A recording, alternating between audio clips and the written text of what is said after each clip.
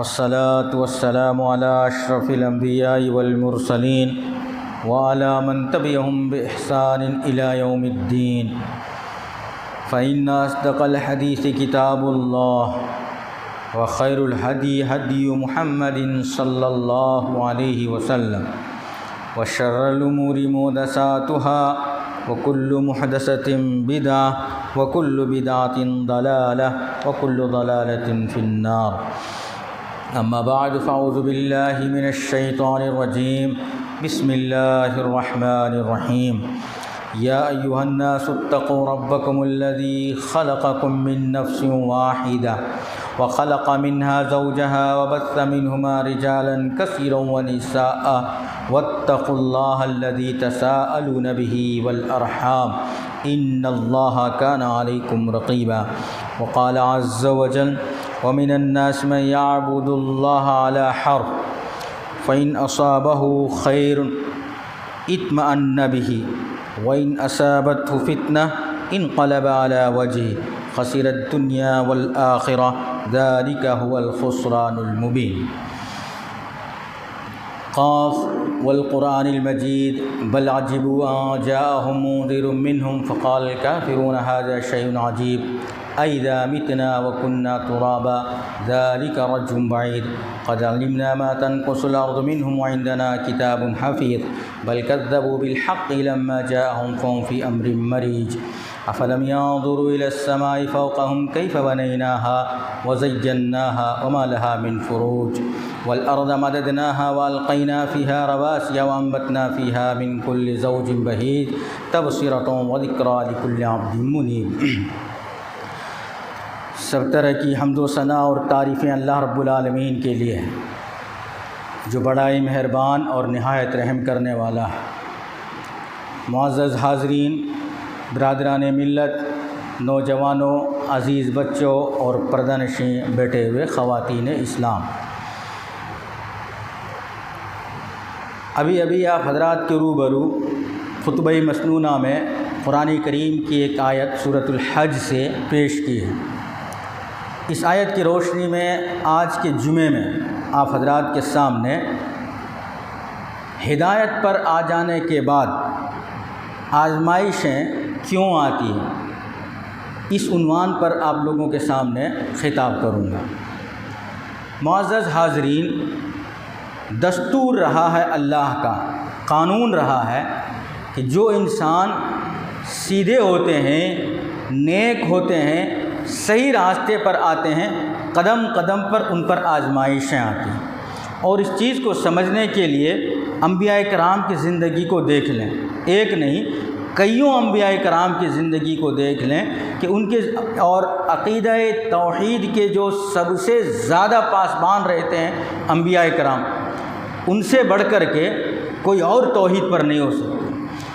انبیاء ہمیں توحید سکھاتے ہیں، توحید کی اقسام اور توحید کے جتنے شق ہیں ان تمام شقوں کو انبیاء کرام سکھلاتے ہیں. مگر اگر آزمائشوں کی بات کریں تو سب سے زیادہ جو آزمائشیں انبیاء کرام پر ہوتی ہے، انبیاء کرام اس پر مبتلا ہوتے ہیں. نبی صلی اللہ علیہ وسلم نے فرمایا اشد الناس بلاء الانبیاء ثم الامثل فالامثل. آزمائشوں میں سب سے زیادہ جو مبتلا ہوتے ہیں آزمائشوں میں وہ انبیاء ہوتے ہیں. پھر اس کے بعد انبیاء کرام کے بعد جو لوگ ہوتے ہیں نیک، ان کو پھر ان کے بعد کے لوگوں، یعنی نیکیوں میں جتنے آگے ہوتے ہیں آزمائشیں بھی گہری رہتی ہیں ان کی اور کڑی رہتی ہے آزمائشیں. یہ اصول ہے اللہ رب العالمین کا. ابھی خطبہ مسنونہ میں جو آیت آپ لوگوں کے درمیان آپ لوگوں کے روبرو پڑھا، اس میں اللہ سبحانہ و تعالیٰ ارشاد فرماتا ہے وَمِنَ النَّاسِ مَن يَعْبُدُ اللَّهَ عَلَى حَرْفٍ. جو لوگ اللہ کی عبادت کرتے ہیں، جو لوگ اللہ کو مانتے ہیں، جو لوگ اسلام کو قبول کرتے ہیں اور اللہ کی عبادت ایسا کرتے ہیں کنارے کھڑے ہو کر کے، یعنی وہ اسلام پر چلتے ہیں کنارے رہ کر کے کہ ہم بیچ میں پورا اسلام کو سمجھ کر کے یقین کر کے اسلام نے جو حکم دیا اس پر ڈنکے کی چوٹ پر عمل کریں گے اور اسی پر مریں گے، یہی ہمارا عقیدہ ہوگا، یہ سوچ کر کے نہیں، بلکہ انہوں نے اسلام کو سمجھا ہے کنارے کھڑے ہو کر کے، اسلام کے کنارے کھڑے ہو کر کے۔ وہ لوگ ہوتے کیسے ہیں؟ آگے ارشاد فرماتا ہے فَإِنْ أَصَابَهُ خَيْرٌ، اگر کسی قسم کی کوئی بھلائی ان کو پہنچتی ہے، جو لوگ کنارے ہو کر کے اسلام کو جان رہے ہیں، اسلام پر چل رہے ہیں، اسلام پر عمل کر رہے ہیں، اگر ان کی زندگی میں کچھ بھلائی آ گئی، خیر آ گیا، اطمأن بِهِ، تب تو وہ مطمئن رہتے ہیں کہ میں نے جو اسلام قبول کیا ہے کوئی غلطی نہیں کی ہے، اپنے باپ دادا کے مذہب کو چھوڑ کر کے جو اسلام پر آیا ہوں، اسلام قبول کیا ہوں، اسلام کو مانتا ہوں، کوئی غلط نہیں کیا ہوں، مطمئن رہتے ہیں۔ وَإِنْ أَصَابَتْهُ فِتْنَةٌ، اگر ان کی زندگی میں اسلام قبول کرنے کے بعد کوئی آزمائش آ جائے، انقلب علی وجہ، تو وہ الٹے پاؤں پیچھے ہٹ جاتے ہیں۔ پہلے ہی اچھا تھا، آرام اور اطمینان سے تھا، اسلام قبول کیا، ایمان لایا، طرح طرح کی آزمائشیں شروع ہو گئی۔ ایسا سوچنے لگتے ہیں کون لوگ؟ جنہوں نے اسلام کو کنارے کھڑے ہو کر کے سمجھا ہے، مکمل اسلام کو نہیں سمجھا ہے اور اسلام قبول بھی کیا ہے، تو اس دین اسلام کے کنارے کھڑا ہو، علی حرف یعنی کنارے ہو کر کے۔ ایسے لوگوں کا انجام اللہ رب العالمین ارشاد فرمایا خسر الدنیا والآخرہ، یہ لوگ اپنے دنیا کو بھی اور آخرت کو بھی برباد کر لیتے ہیں۔ ذالک هو الخسران المبین، اور یہ ان کی جو ہے نا واضح اور کھلا گھاٹا ہے، نقصان ہے۔ یہ قرآن کریم میں سورہ حج میں اللہ سبحانہ و تعالیٰ ارشاد فرماتا ہے۔ آیت کس وقت یہ نازل ہوئی؟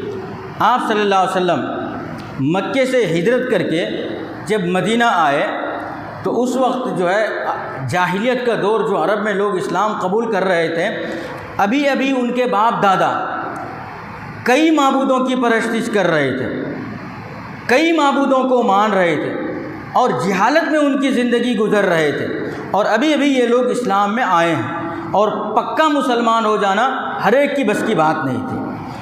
بدو لوگ جو مدینے میں تھے، جب مدینہ ہجرت کر کے اللہ کے رسول صلی اللہ علیہ وسلم اور صحابہ کرام تشریف لائے، تب یہ آیت نازل ہوئی ہے۔ تو کچھ بدو لوگ تھے، ان لوگوں کو اگر کسی قسم کی کوئی پریشانی آ جاتی تو وہ تصور یہ کرتے کہ ایمان لانے کی وجہ سے ہی ہوا ہے۔ کسی قسم کی معمولی خراش، معمولی پریشانی، تھوڑی آزمائشیں بھی آ جائے، وہ سمجھتے تھے کہ یہ جو اسلام قبول کیا اسی وجہ سے یہ پریشان، بہتر تو وہیں پر تھا۔ ایسے لوگوں کو کہہ رہے ہیں خسرت دنیا والآخرہ، یہ لوگ اپنے دنیا میں بھی گھاٹے میں ہیں اور اپنے آخرت کو بھی گھاٹے میں لے جا رہے ہیں ان بدوؤں۔ اور کچھ لوگ ایسے تھے جو سمجھتے تھے کہ اللہ کی طرف سے اللہ ہمیں آزما رہا ہے، ایسے بھی لوگ تھے۔ یہ لوگ نقصان میں، دنیا کو بھی نقصان نہیں کیے، آخرت کو بھی نقصان نہیں کیے۔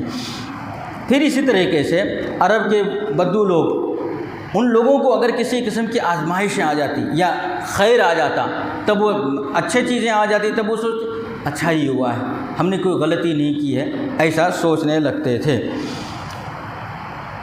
عام طور پر ہمارے سماج میں، معاشرے میں، ماحول میں دیکھیں، ایک آدمی شرک میں تھا، بدعت میں تھا، ہاتھ میں ڈوریاں، تعویذیں اور کئی درگاہوں پر جانا، طرح طرح کی خرافات ان کی زندگی میں تھی، مگر اللہ نے اپنے فضل و کرم سے ہدایت بخش دی، ان کو راہ راست پر آ گئے، سیدھے راستے پر آ گئے، عقیدہ توحید کے پاسبان ہو گئے، ایک اللہ کے علاوہ کوئی وسیلہ یا کوئی ذریعہ یہ سب تسلیم نہیں کرنے لگے۔ اب ان پر مصیبت آنا لازم ہے، یہ اللہ کا اصول ہے۔ تب یہ سوچنے لگتا ہے، سماج کی بات کرتا ہوں، سوچنے لگتا ہے کہ یہ جو ہے نا، میں پہلے ہی اچھا تھا، کاروبار بھی میرے ٹھیک چل رہے تھے، دوست احباب بھی مل رہے تھے، اب تو رشتے ناتے بھی جدا ہو گئے ہیں، آئے دن کوئی نہ کوئی مصیبت، آئے دن کوئی نہ کوئی مصیبتیں آنے لگی ہیں۔ یعنی وہ سمجھنے لگتے ہیں کہ جو میں عقیدہ توحید کو اپنایا ہوں، صحیح راستے پر جو چل رہا ہوں، اس کی وجہ سے مجھے یہ پریشانیاں آ رہی ہیں۔ ایسا جو سوچنے لگتا ہے خسرت دنیا والآخرہ، تو ایسا سوچ رکھنے والا اپنی دنیا کو بھی اور آخرت کو بھی برباد کرتے رہتا ہے۔ صحابہ کرام جیسا کہ بتلایا کہ یہ آیت جس وقت نازل ہوئی، ہجرت کر کے ابھی بھی مدینہ آئے ہوئے تھے، دنیاوی لحاظ سے مدینہ کے آب و ہوا، پانی، راس نہیں آئی، ابھی ابھی آئے ہیں، طبیعت خراب ہونے لگی. کیوں؟ اور ایک چیز یہ تھی کہ مکے سے ان کو بڑی چاہت تھی، شہر مکہ سے بڑی محبت تھی صحابہ کرام کو بھی، اللہ کے رسول صلی اللہ علیہ وسلم کو بھی. بنا بنایا گھر، کھیتی باڑی، رشتہ ناتا، بیوی بچے. کوئی شوہر اگر سب ہجرت کر رہے ہیں بیوی مکے میں، باپ اگر ہجرت کر رہے ہیں اولاد مکے میں. جو اپنا ہاتھ سے بنائے ہوئے گھر ہے یہ سب ان لوگوں کو چھوڑنا پڑا. کھیتی باڑی ہر چیز کو چھوڑ کر کے قربانی دے کر کے مدینہ آئے. پورا دھیان ان کا وہاں ہے، پوری محبت مکے سے ہے، پوری محبت ان کی مکے سے ہے. ایک تصور، دھیان. دوسری چیز جو ہے نا آب و ہوا، یہ سب بھی پسند نہیں آنے لگی. اس کے کچھ صحابہ کرام بیمار ہونے لگے. ابو بکر صدیق رضی اللہ عنہ، بلال رضی اللہ عنہ، یہ خود اللہ کے رسول صلی اللہ علیہ وسلم کی بھی طبیعت خراب ہونے لگی. پھر آپ صلی اللہ علیہ وسلم دعا کرنے لگے کہ اے اللہ، جس طریقے سے ان سب کو مکے سے محبت ہے، مکے سے چاہت ہے، اسی طریقے سے مدینہ کی محبت ان کے دلوں میں ڈال دے. ان کے اندر جو پریشانی ہے، بیماریاں جو آ رہی ہیں، ان کو ختم فرما. نبی صلی اللہ علیہ وسلم دعا مانگتے ہیں. اس طریقے سے جو بھی صحابہ کرام بیماری میں، پریشانی میں مبتلا تھے، ان کی دعائیں اللہ کے رسول صلی اللہ علیہ وسلم کی دعاؤں کے بدولت ختم ہو جاتی ہیں اور مدینے سے ان کی چاہت بڑھ جاتی ہے. یہاں پر شیطان یہ کام بتلاتا ہے، یہ وسوسہ ڈالتا ہے، شیطان یہ کام کرتا ہے کہ تم لوگوں نے اسلام قبول کیا، گھر بار کو چھوڑا اور جگہ جائیداد، پراپرٹی، کھیتی باڑی، سب چیز کو چھوڑ کر کے ادھر آئے، اسی وجہ سے یہ سب پریشانی میں مبتلا ہوئے. شیطان وسوسہ ڈالتا ہے انسان کو. لیکن ان سب سے مقابلہ کرتے ہوئے اسلام پر ثابت قدم رہے. یہی اسلام، یہی سچے مومن ہے اور پکے مومن ہے جن کی ایمان کی گواہی اللہ رب العالمین نے دی، اللہ رب العالمین نے دی.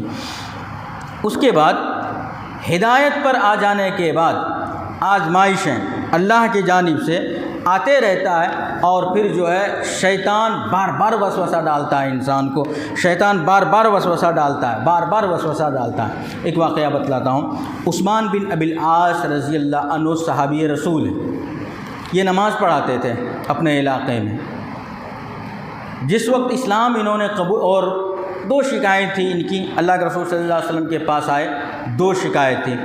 ایک یہ کہ جب سے انہوں نے اسلام قبول کیا ہے، عثمان بن ابی العاص رضی اللہ عنہ کا ماننا ہے کہ ان کے ہاتھ میں درد رہتا ہے، ہمیشہ ہاتھ میں درد رہتا ہے.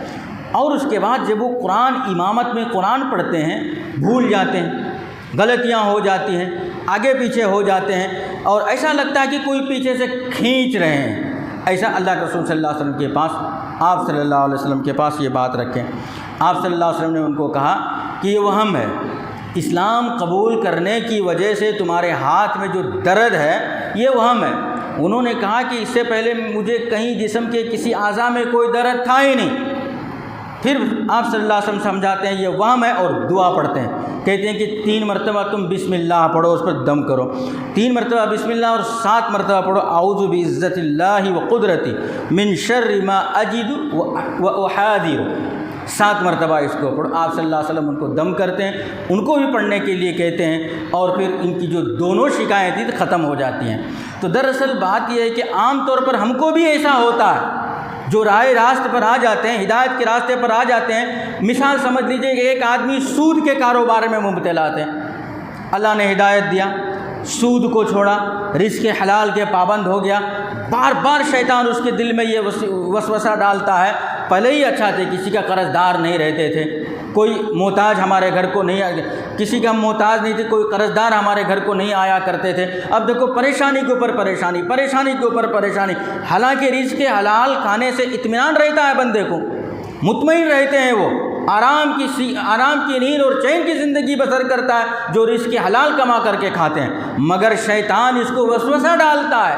پہلے کی زندگی اس سے زیادہ خوشحال تھی، پہلے کی زندگی اس سے زیادہ خوشحال تھی. لیکن جو پکے مومن رہتے ہیں وہ رزق حلال پر اور سچے اسلام پر مطمئن رہتے ہیں. پھر اسی طریقے سے دین پر چلنے کی وجہ سے، سیدھے راستے پر چلنے کی وجہ سے کئی طریقے کے آزمائشیں آتے ہیں.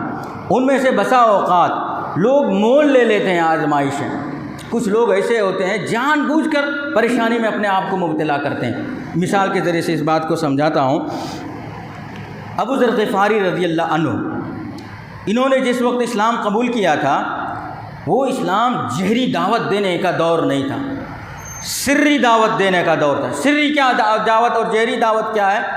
ابھی کانا پھوسی کے ذریعے سے دعوت دے رہے تھے، یعنی اگر کسی کو سمجھا رہے ہیں ایک آدمی کو، دوسرے آدمی کو پتہ نہیں چلنا چاہیے، پتہ چلیں گے لڑائی فساد فتنہ سب طرح کی بات ہوگی، تو اسے سری دعوت، تنہا دعوت دیتے تھے، کوئی آدمی کہیں ملے ان کو سمجھانا شروع کیے، اور پھر انفرادی طور پر کسی کو ایسا ہی سمجھاتے رہے۔ ایسے وقت میں ابو ذر غفاری رضی اللہ عنہ اسلام قبول کیے تھے۔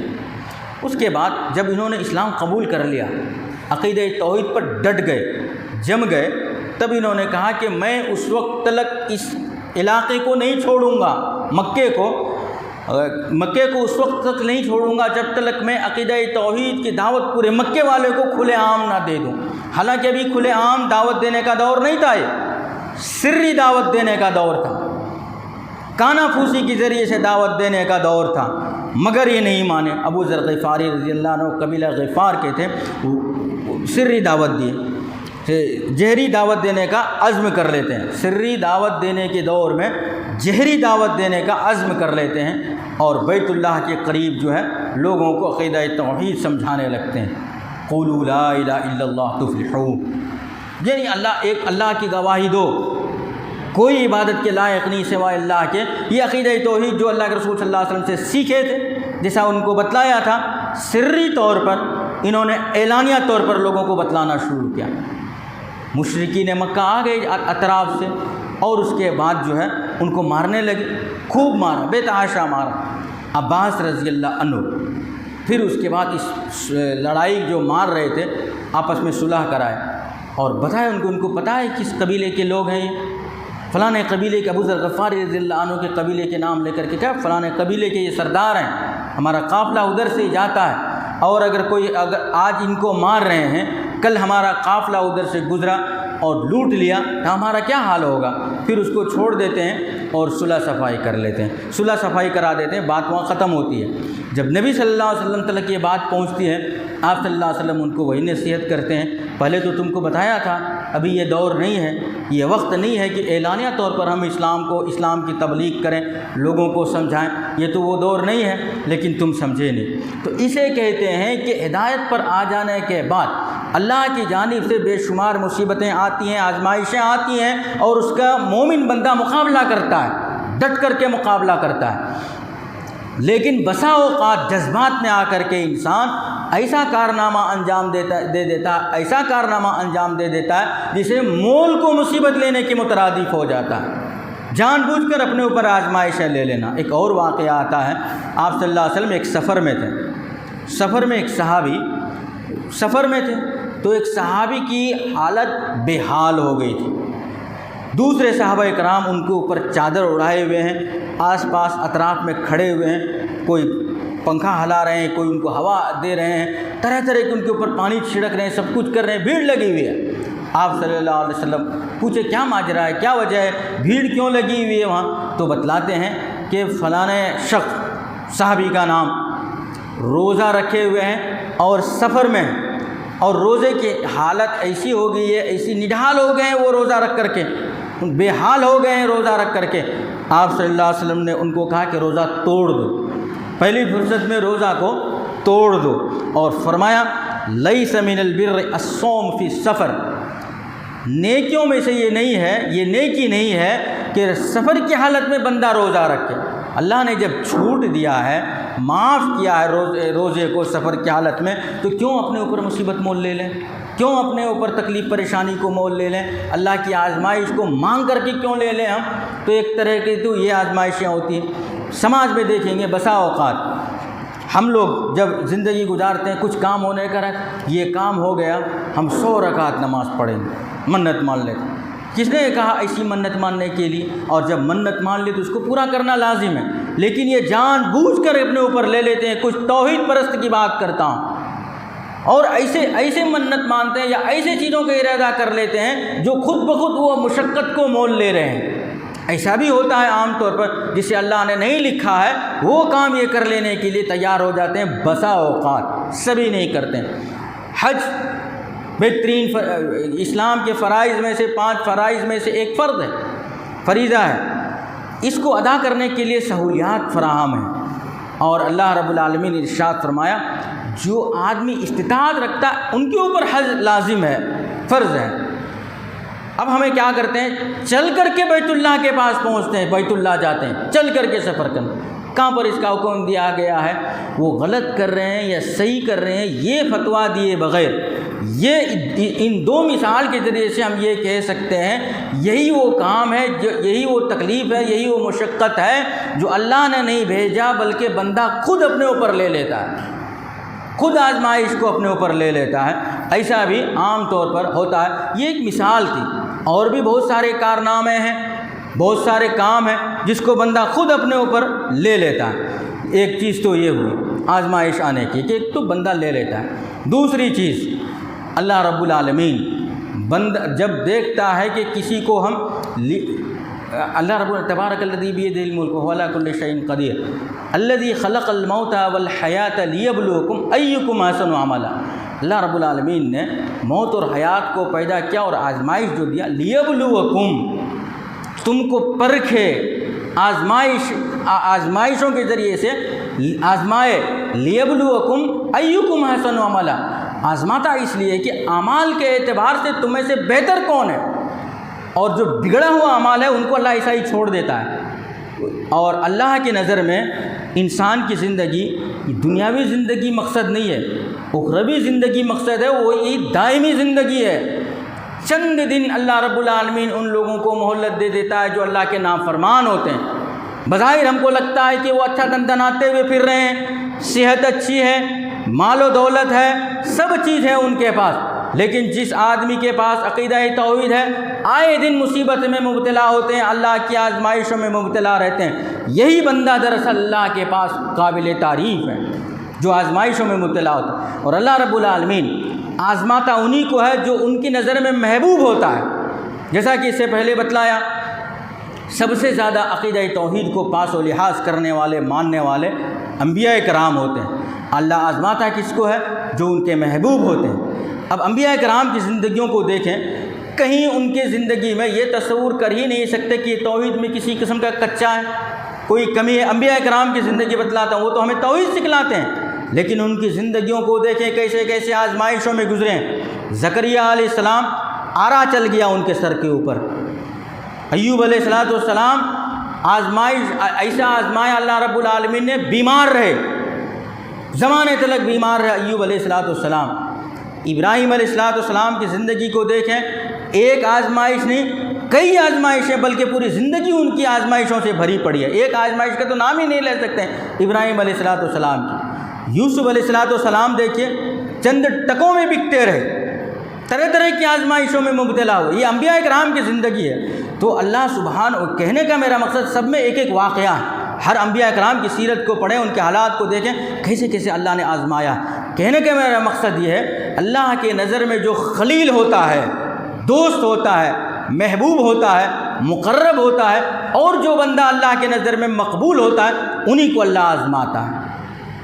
کبھی ان کے معاش میں کمی کر دیتا ہے، ذریعہ معاش جو روزی کماتا ہے اس روزی میں اللہ رب العالمین کمی کر دیتا ہے، آل اولاد کو اللہ رب العالمین آزمائش بنا دیتا ہے، یعنی طرح طرح کی آزمائشوں میں مبتلا رہتا ہے۔ اوپر سے شیطان دل کے اندر ایک وسوسہ ڈالتے رہتا ہے، یہ بھی آزمائش ہے، وسوسہ ڈالتے رہتا ہے، خواہ تم عقیدہ توحید میں آ کر پورے رشتے سے دشمنی مول لے لیے، یہ وسوسہ، ایسے وسوسہ انسان کے دلوں میں آتے رہتا ہے۔ اور جب انسان عقیدہ توحید کے پاسبان آزمائشوں میں جب گزرتا ہے، مطلب یہ ہوا کہ اللہ رب العالمین اس کو پسند کر رہا ہے، اس لیے تو اللہ رب العالمین ان سے وہی آزما رہا، انہی کو آزما رہا ہے جو انبیاء کرام کو آزمایا، انبیاء کرام کو آزمایا۔ پھر عام بندوں کو اشد الناس بلا الانبیاء ثم الامثل فالامثل، یعنی جو آزمائشیں اللہ رب العالمین انبیاء کرام کو آزمائے وہی آزمائشیں عام انسانوں کو جب آزمانے لگے، سمجھ جائیے کہ ہمارے پاس اللہ رب العالمین قبول کر رہے ہیں، ہم کو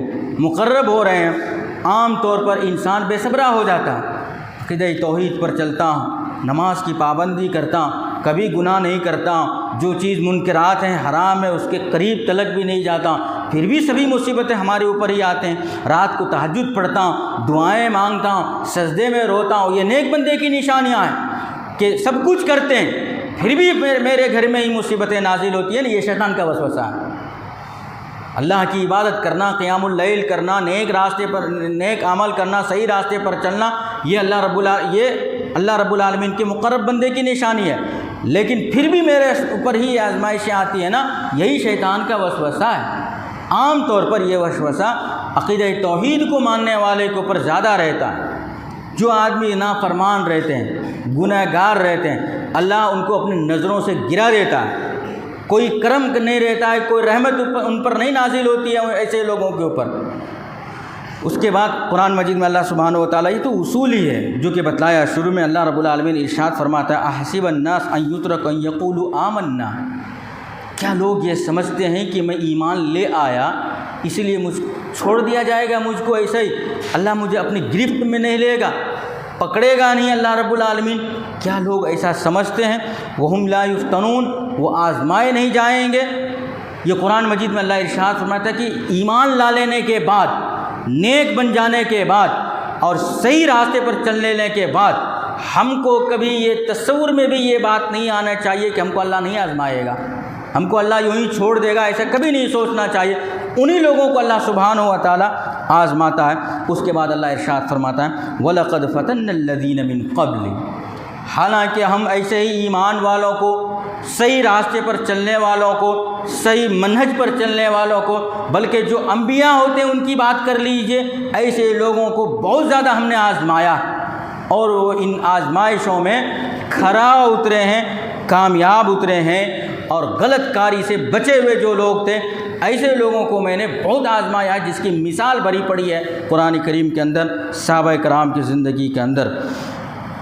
جب بندہ حرام، غلط کاری، شراب نوشی اور جتنے بھی گناہ کے کام ہیں اتفاق سے اللہ کی توفیق سے پلٹ جاتا ہے اور صحیح راستے پر آ جاتا ہے، ان کی زندگیاں آزمائشوں سے بھر جاتی ہیں، اور وسوسے سے پھر چاہتا ہے کہ ہم ادھر ہی پلٹ جائیں۔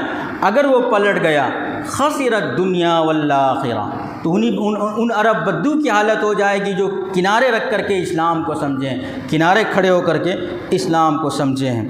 اور اللہ رب العالمین آزمانے کا ایک مقصد بیان فرماتا ہے فَلْيَعْلَمَنَّ اللَّهُ الَّذِينَ صَدَقُوا، آزماتا اس لیے ایک تو لِيَبْلُوَكُمْ أَيُّكُمْ أَحْسَنُ عَمَلًا، تم میں سے اعمال کے اعتبار سے کون بہتر ہے، وہ ایک مقصد ہے، اور ایک مقصد یہ بھی ہے کہ تم میں سے کون سچے ہیں ایمان لانے میں، کہ ہم نے جو ایمان لایا ہے حقیقی اور صدق دل سے ایمان لایا، یہ نہیں کہ ہم چیک کرنے کے لیے میں نے اسلام قبول کر لیا، اگر اس کے اندر بھلائی ہے تو الحمدللہ، اور اگر کسی قسم کی کوئی پریشانی مصیبت آ گئی تو ہم پھر پلٹ کر چلے جائیں گے اپنے پرانے راستے پر، یہ سچائی نہیں ہے۔ تو آزمانے کا ایک مطلب یہ ہے، اللہ رب العالمین کا ایک مقصد یہ ہے فَلْيَعْلَمَنَ اللَّهُ الَّذِينَ صَدَقُوا، تاکہ اللہ رب العالمین کو پتہ چلے اور دیکھ لے، جانچ لے، پرکھ لے کہ یہ آدمی سچا ہے۔